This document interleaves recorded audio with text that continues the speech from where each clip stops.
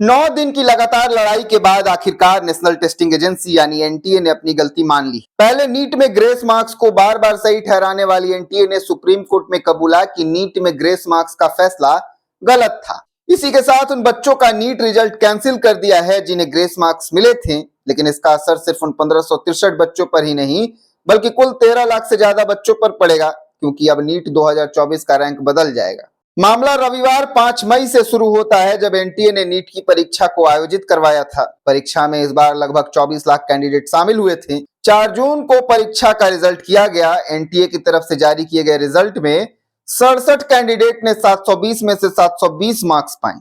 एक साथ इतने कैंडिडेट्स के 100% नंबर देखने के बाद सोशल मीडिया पर परीक्षा के रिजल्ट को लेकर सवाल खड़े किए जाने लगे। दावा यह भी किया गया कि 2 कैंडिडेट्स को 718 और 719 नंबर मिले हैं, जो कि असंभव है। कहा गया कि रिजल्ट में कुछ गड़बड़ी हो सकती है। यह भी दावा किया गया कि एग्जाम में इतना हाई कट ऑफ इससे पहले कभी नहीं आई। सोशल मीडिया वेबसाइट एक्स पर नीट यूजी परीक्षा को लेकर यह भी दावा किया गया कि 2 बच्चों ने 718 और 719 नंबर पाए हैं। बाकायदा इसका स्क्रीनशॉट भी शेयर किया गया। कहा जा रहा है कि यह होना असंभव है कि परीक्षा में कोई स्टूडेंट 718 और 719 नंबर ला पाए। नीट यूजी परीक्षा को लेकर एक ही सेंटर में कई टॉपर्स होने का भी दावा किया जा रहा है। दावा है कि परीक्षा के टॉप 100 स्टूडेंट की लिस्ट में 8 स्टूडेंट्स ऐसे हैं जिनका सेंटर एक ही था।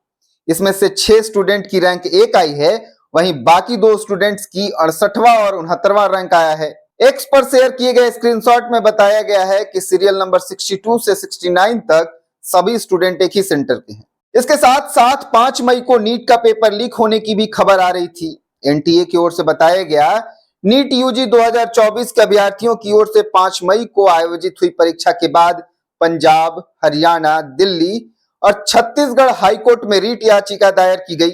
अभ्यर्थियों ने परीक्षा के दौरान समय की बर्बादी का मुद्दा उठाया था। मामले की गंभीरता को देखते हुए एनटीए की ओर से शिकायत निवारण समिति का गठन किया गया। इस समिति में परीक्षा और शिक्षा क्षेत्र से प्रख्यात विशेषज्ञों को शामिल किया गया था। एनटीए ने बताया कि 1563 अभ्यर्थियों को ग्रेस मार्क्स दिया गया। ऐसे उम्मीदवारों के संशोधित मार्क्स 20 से 720 तक वेरी करते हैं। इनमें से 2 उम्मीदवार के अंक भी ग्रेस मार्क्स की वजह से क्रमशः 718 और 719 अंक हैं। टॉपर्स की संख्या बढ़ने पर एनटीए ने कहा कि 2023 में 20,38,596 छात्रों ने परीक्षा दी थी, जो कि 2024 में बढ़कर 23,33,297 हो गई। छात्रों की संख्या में बढ़ोतरी से हाई स्कोर पाने वाले छात्रों की संख्या बढ़ी है। 8 जून को शिक्षा मंत्रालय और एनटीए ने संबंधित 1563 उम्मीदवारों के नतीजों की समीक्षा के लिए उच्च स्तरीय समिति यानी एचपीसी का गठन किया, जिसमें एनटीए अध्यक्ष professor Pradeep Kumar Joshi, professor TC Anant, professor CB Sharma और डॉक्टर बी श्रीनिवास शामिल थे।